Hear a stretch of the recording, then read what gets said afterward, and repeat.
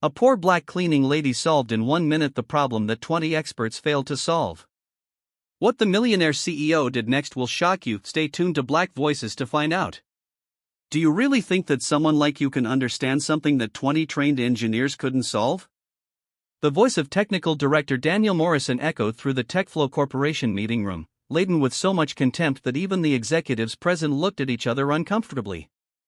28-year-old Kesha Williams held tightly to the red marker she had used to solve the equation on the whiteboard. Her hands didn't shake. Her eyes didn't waver. After 5 years of cleaning those offices, she knew exactly who Daniel Morrison was. And more importantly, she knew exactly what he thought of people like her. "Mr. Morrison," she replied with a calmness that surprised everyone, "math has no color. Neither does incompetence." The silence that followed was so tense that CEO Robert Chun, sitting at the head of the table, had to clear his throat to break the awkwardness. Kesha had just solved in 60 seconds an algorithm that had cost the company 2 months of delays and nearly $3 million in contract penalties. Morrison, a 45-year-old man accustomed to being the smartest person in the room, felt his face burn with anger and humiliation. "That's ridiculous. She probably copied it from somewhere. People like that don't." "People like what?" Kesha interrupted, taking a step forward. The atmosphere in the room became electric. Everyone knew Morrison was treading on dangerous ground, but his arrogance spoke louder than his prudence. "You know very well what I mean.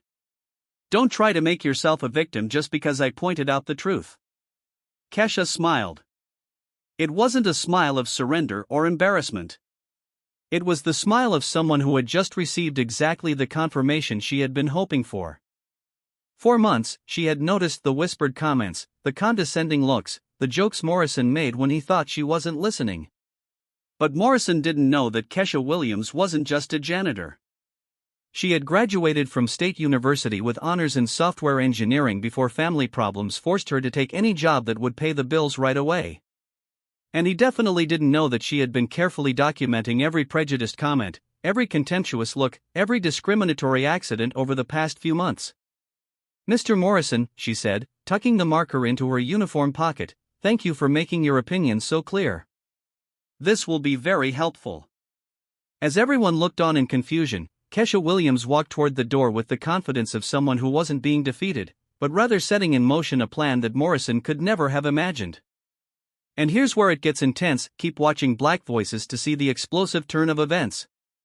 If you're enjoying this story of courage and justice, don't forget to subscribe to Black Voices, because what happened in the next few days proved that underestimating someone's intelligence can be the most expensive mistake of your life.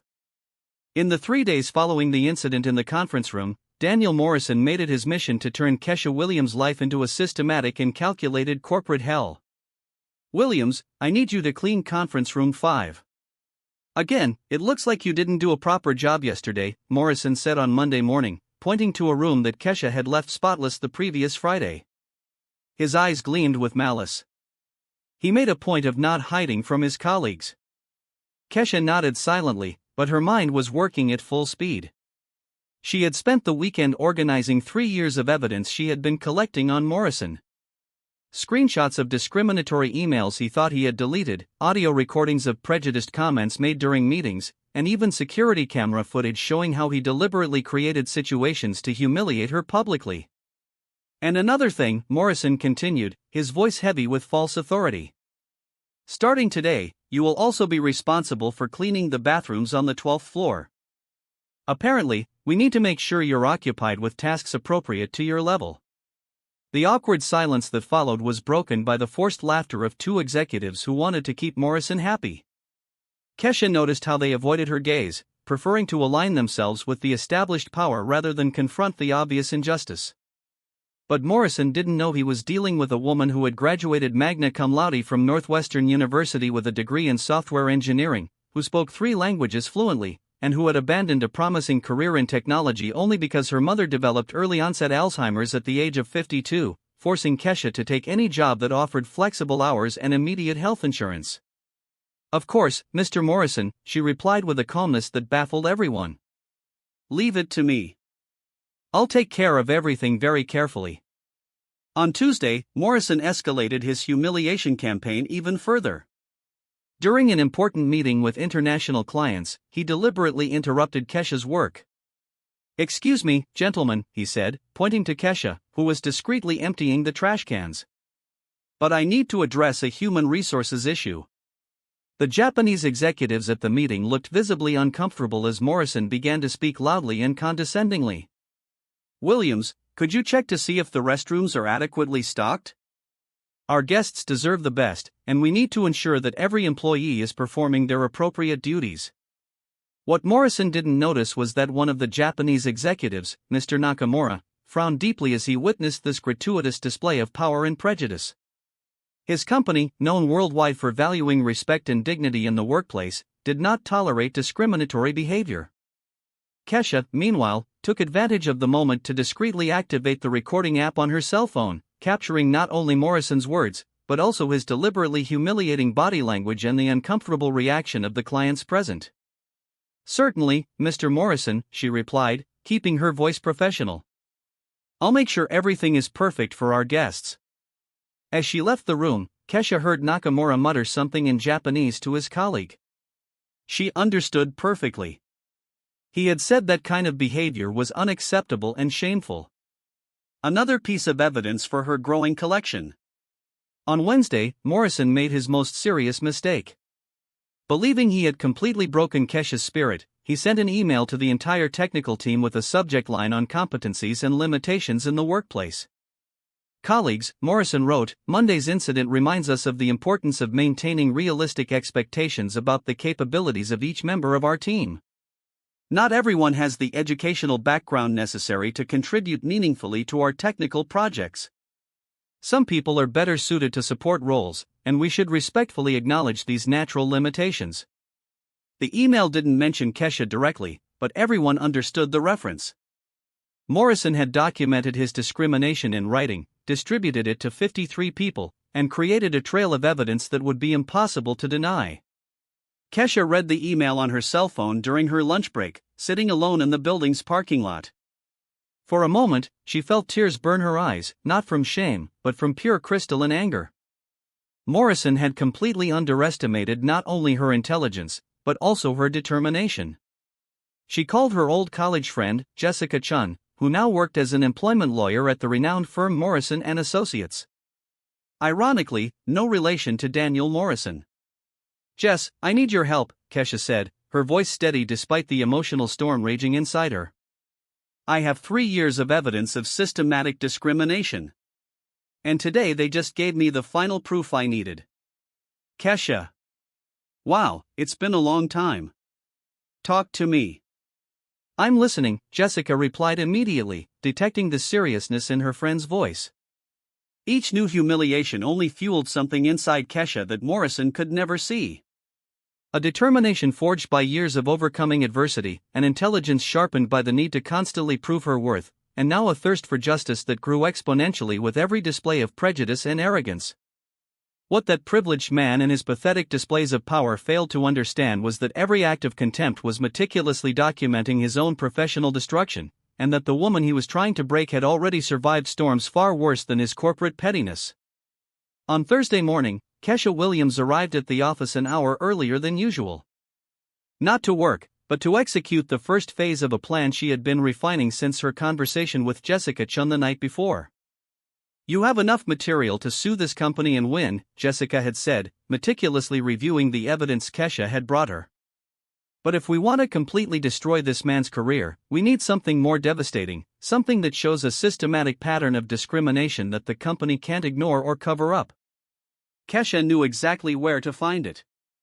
Daniel Morrison, in his infinite arrogance, kept personal files on his work computer, files he believed were safe because a mere cleaning lady would never have the technical knowledge to access them. What Morrison didn't know was that Kesha had developed data analysis software during her college years, a program that was still being used by 3 different startups today.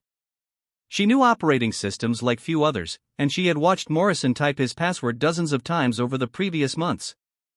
While the building was still quiet, Kesha quietly made her way to Morrison's office. Within 15 minutes, she had not only copied the emails he thought he had permanently deleted, but she had also discovered a hidden folder called Human Resources Private Evaluations. The contents left her simultaneously furious and elated. Morrison kept a detailed file with extremely discriminatory comments about Black, Hispanic, and female employees at the company. These comments went far beyond political incorrectness. They were explicit documentation of hiring, promotion, and firing decisions based purely on racial and gender bias. Maria Gonzalez, too competent for a Latina, may cause problems in the future, read one of the files. James Washington, typical lazy Black employee. Keep him in low positions, said another. About herself, she found Kesha Williams, arrogant for a cleaning lady, needs to be constantly reminded of her place. Possible termination if she continues to demonstrate inappropriate intelligence for her position. Kesha photographed everything, sent copies to 3 different email accounts, and deleted any trace of her presence on the system.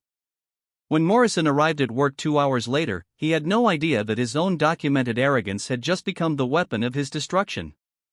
At 9 a.m, Morrison summoned Kesha to a private meeting. She entered his office knowing exactly what was coming, but feigning the same submission as in previous days. Williams, it has come to my attention that you have been questioning some of the management decisions of this company, Morrison began, leaning back in his leather chair like a satisfied predator. This is extremely troubling.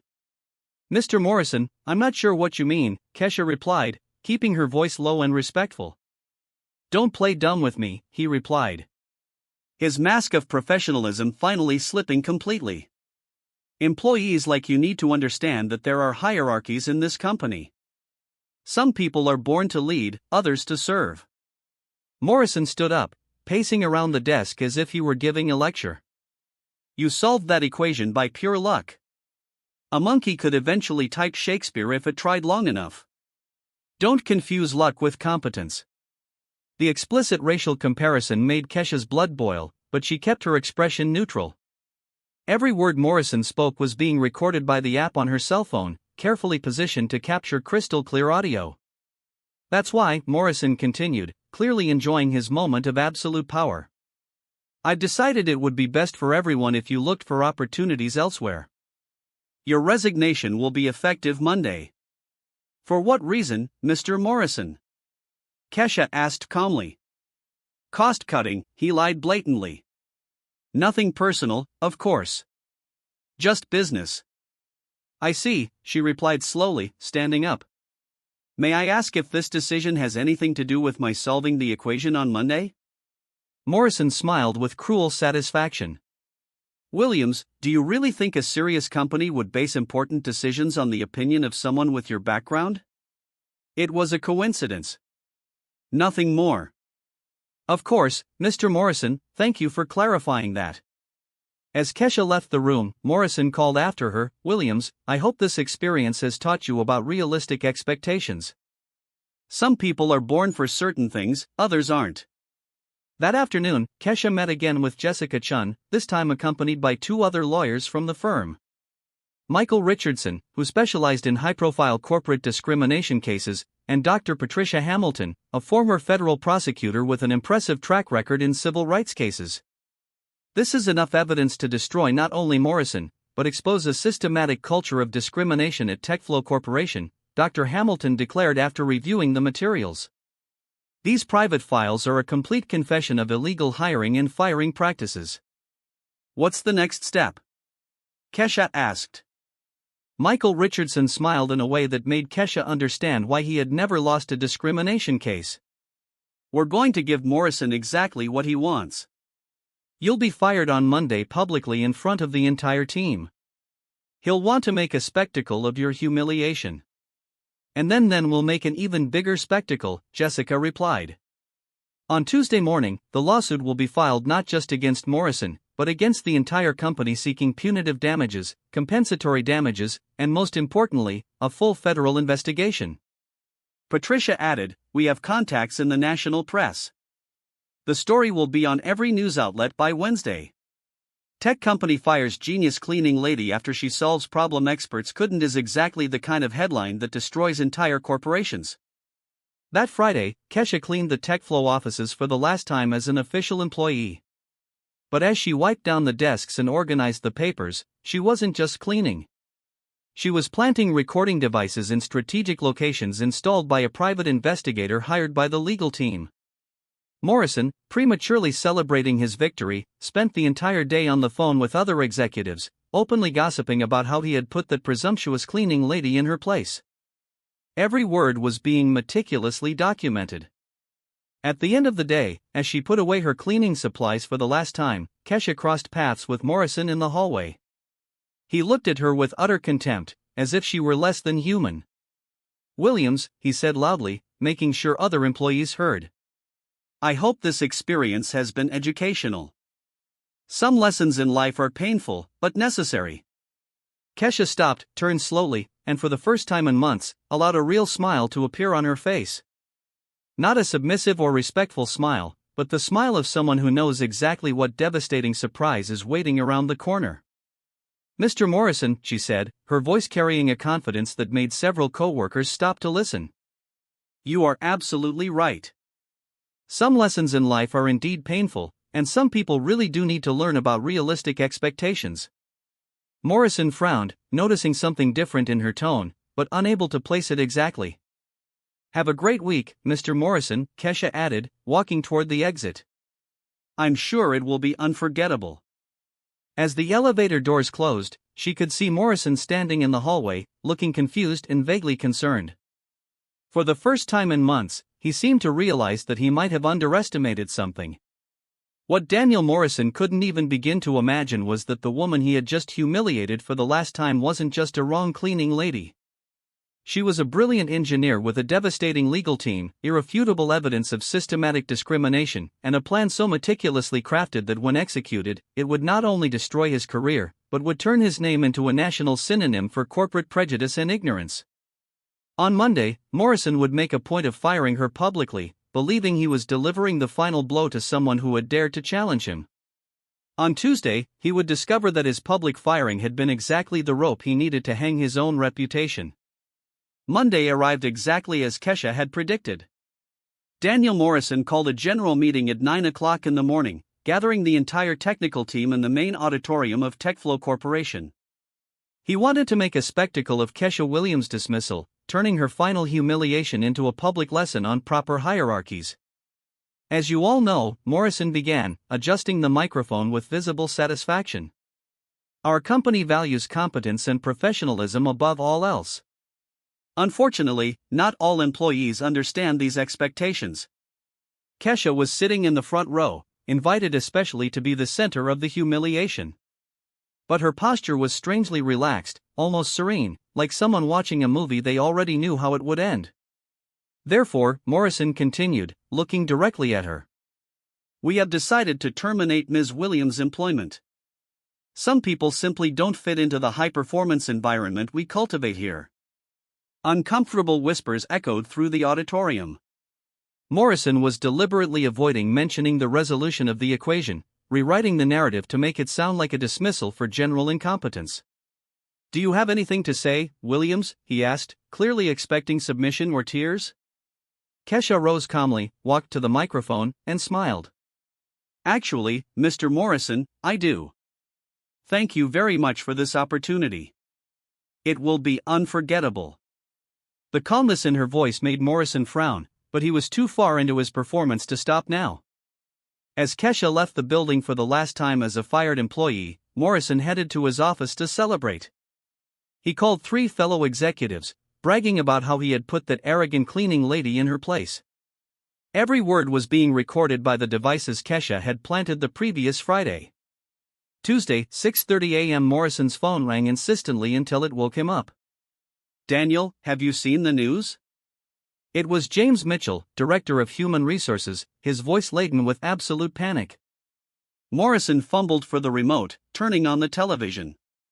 The first thing he saw was his own photo on CNN with a headline, "Engineer Fired for Racism After Solving Problem Experts Couldn't." "What the hell," he muttered, changing the channel. NBC, ABC, Fox News. His face was on every major network. The Washington Post had published a front-page article. "Secret Files Reveal Systematic Discrimination at Tech Company." His cell phone exploded with notifications, messages, emails, missed calls. Morrison rushed to his laptop and opened the company website. The homepage had been flooded with hundreds of angry comments from customers canceling contracts. Morrison needs to be arrested. Racist company doesn't deserve our money. Boycott TechFlow. At 7 in the morning, his secretary called him in tears. Mr. Morrison, there are reporters at the entrance to the building. The parking lot is full of television vans. And there's a subpoena waiting for you at the front desk. Morrison got dressed quickly and drove to the office through the back entrance. In the elevator, he encountered 3 employees who immediately stopped talking and moved away from him as if he were radioactive. Jessica Chun was waiting in the lobby with 2 other lawyers and a stack of legal documents that looked like it weighed 5 pounds. Mr. Morrison, I'm Jessica Chun, representing Kesha Williams. This is the lawsuit for racial discrimination, creation of a hostile work environment, wrongful termination, and violation of civil rights. Morrison tried to maintain his composure. This is ridiculous. She was fired for incompetence, not for Mr. Morrison, Jessica interrupted, opening a tablet and showing him the screen. Would you like to explain this email you sent last Wednesday? The one with the subject line on competencies and limitations in the workplace. Morrison's face drained of color as he saw his own discriminatory words read aloud in front of a dozen employees who had gathered discreetly to watch the confrontation. And this one, Jessica continued, sliding to another document, is a transcript of the recording you made yesterday, bragging to colleagues about how you put that arrogant cleaning lady in her place. Illegally recorded? No. Made on company property where there is no legal expectation of privacy. Morrison was visibly shaking. Now I can explain. And these, Jessica opened a physical folder, are copies of the private files on your company computer. The Human Resources Private Evaluations folder contains 3 years of explicitly discriminatory comments about Black, Hispanic, and female employees of this company. The silence in the lobby was deathly. Morrison looked around and saw the faces of colleagues he had known for years. Some horrified, others clearly furious to discover the comments he had made about them in secret. This was obtained illegally. Morrison shouted, completely losing his composure. Obtained by Ms. Williams herself during normal working hours using credentials you inadvertently provided by repeatedly typing your password in her presence. No legal violation occurred. At that moment, Robert Chun, the CEO, emerged from the elevator with an expression Morrison had never seen before.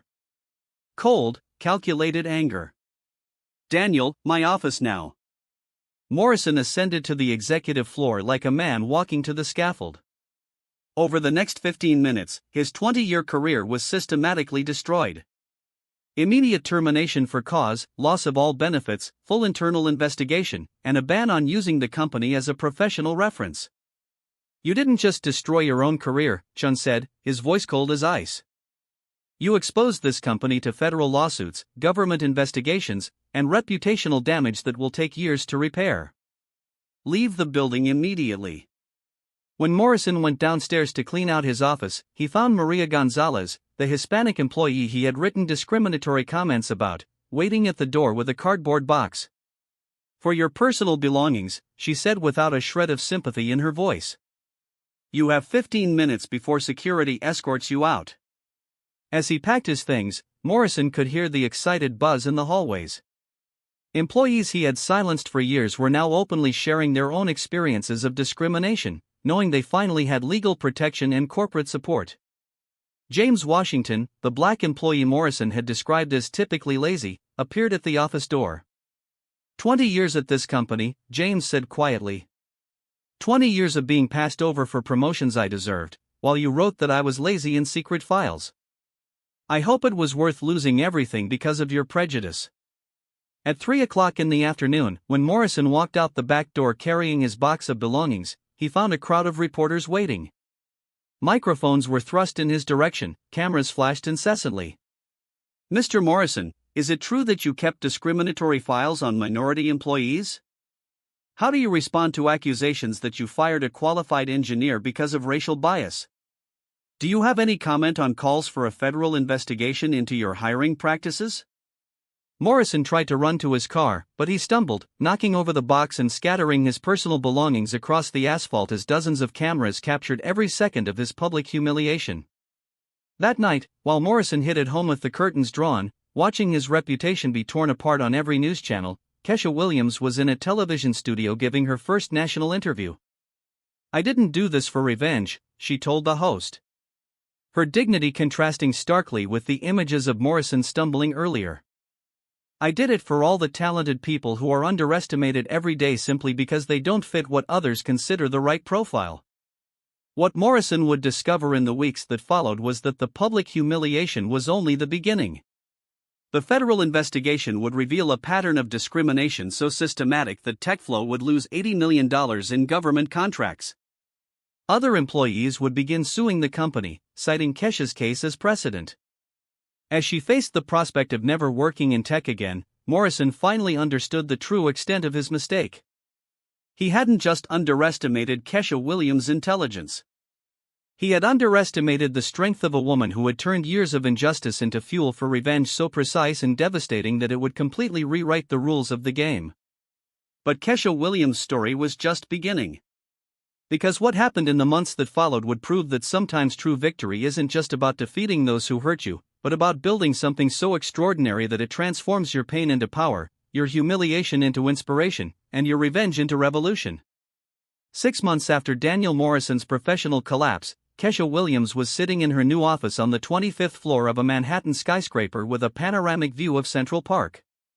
As Director of Innovation at TechFlow Corporation, a position created especially for her, she oversaw the complete transformation of the company's corporate culture. The lawsuit had resulted in a $2.5 million settlement. But more important than the money was the systemic change her courage had unleashed. TechFlow implemented a revolutionary diversity program, hired an independent committee to review all human resources practices, and established a scholarship fund for engineers from underrepresented communities. Maria Gonzalez had been promoted to project manager. James Washington finally received the promotion he had deserved for years, becoming senior technical director. 15 other employees who had suffered silent discrimination received promotions and retroactive salary adjustments. Morrison, on the other hand, discovered that reputations destroyed on national television are not easily recovered. No technology company would hire him after the public exposure of his documented prejudices. His name had become synonymous with corporate discrimination in academic articles and case studies in business schools. Lately, according to industry rumors, Morrison was working as a freelance consultant for small local businesses, earning a fraction of his former salary. His ex-wife had filed for divorce, citing irreconcilable differences after seeing the discriminatory files on the national news. During the graduation ceremony for the first class of Kesha Williams' scholarship program at TechFlow, she was invited to speak to 200 young engineers from different backgrounds. 3 years ago, she said into the microphone, "I was a janitor cleaning the offices where I now make strategic decisions." The difference wasn't luck. It was refusing to accept that other people define my worth or my potential. In the audience, Robert Chun applauded with genuine pride. The company had become a benchmark for inclusion, attracting exceptional talent that had previously been overlooked or underestimated by traditional corporations. "Some may think I got revenge on Daniel Morrison," Kesha continued. "But the truth is, I didn't have to destroy him. I just showed the world who he really was. The best revenge was never to bring others down. It was to raise yourself so high that the prejudices of others become irrelevant." Kesha Williams had turned humiliation into a master's degree, discrimination into corporate revolution, and contempt into inspiring leadership. Morrison tried to use his power to diminish her. But he only ended up diminishing himself. Because in the end, extraordinary people aren't defined by who tries to limit them, but by how they choose to transcend those limitations. And when you underestimate someone's intelligence, determination, and dignity, you're not just making a mistake. You're handing them the exact motivation they need to prove you were completely wrong. If this story of transformation and justice has inspired you, subscribe to Black Voices for more stories that prove that the biggest mistake anyone can make is to believe that a person is worth less because of their background, color, or social status.